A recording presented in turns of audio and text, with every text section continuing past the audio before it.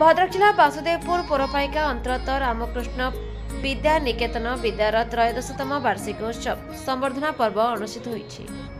एही वार्षिकोत्सव रे मुख्य अतिथि माने जगन्नाथ जगन्नाथक पाखरे दीप प्रज्वलन करथिले। परे सभा कार्यक्रम अनुष्ठित होईछि। एही सभा रे मुख्य अतिथि माने अभिभाषण रखिथिले एवं अभिभाषण रे छात्र छात्री शिक्षक शिक्षयित्री मानक विषय आलोचना करथिले जे कोमलमती पिलांको संस्कारमूलक एवं मूल्यबोध भित्तिक शिक्षा प्रदान करी सेमानकु उत्तम नागरिक भाव में गढ़ी तोलिबारे शिक्षक शिक्षयित्रीଙ୍କର गुरुत्वपूर्ण भूमिका रही बोली मुख्य अतिथि माने अभिभाषण रखिथिले। सभा परे छात्र छात्री विभिन्न प्रकार सांस्कृतिक कार्यक्रम अनुष्ठित होईछि। शेष में विद्यालय द्वारा आयोजित विभिन्न प्रकार प्रतियोगिता कृति छात्र छात्री पुरस्कृत वितरण कराइथिला।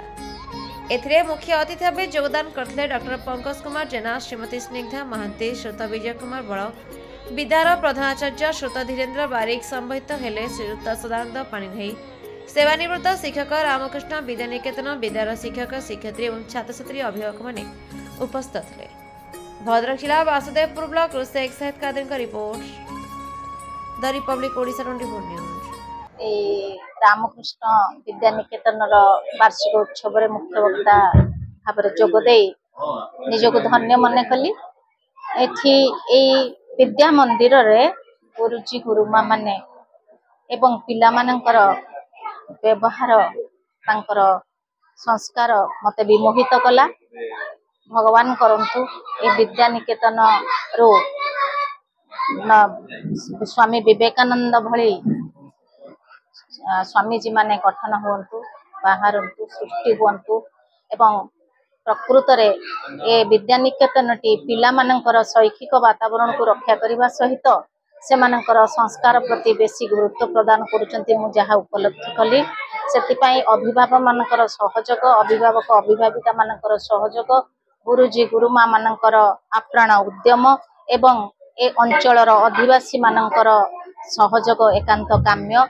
सेतिपाई मु समस्त को निवेदन करी ए विद्या निकेतन टिको उत्तरोत्तर उन्नति करबा पाई समस्ते सहयोगर हाथ बढ़ाइबे एवं भगवान को पाखरे विनती करुच्ची, प्रार्थना करुच्ची ए विद्या निकेतन टी निश्चित भाव आगो को बढ़िबो एवं ए पिला मानकर भविष्यत उज्जवलमय हबो।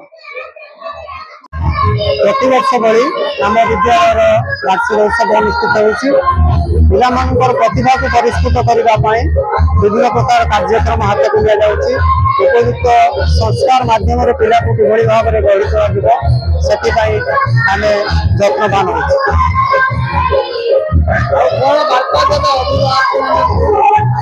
केवल अभिभावक मान को वार्ता दिया जे आम मान को सहयोग करंतु, आम कथा अनुसार निजर पिला मान को सुचिंतित ढंगे गाइड करंतु।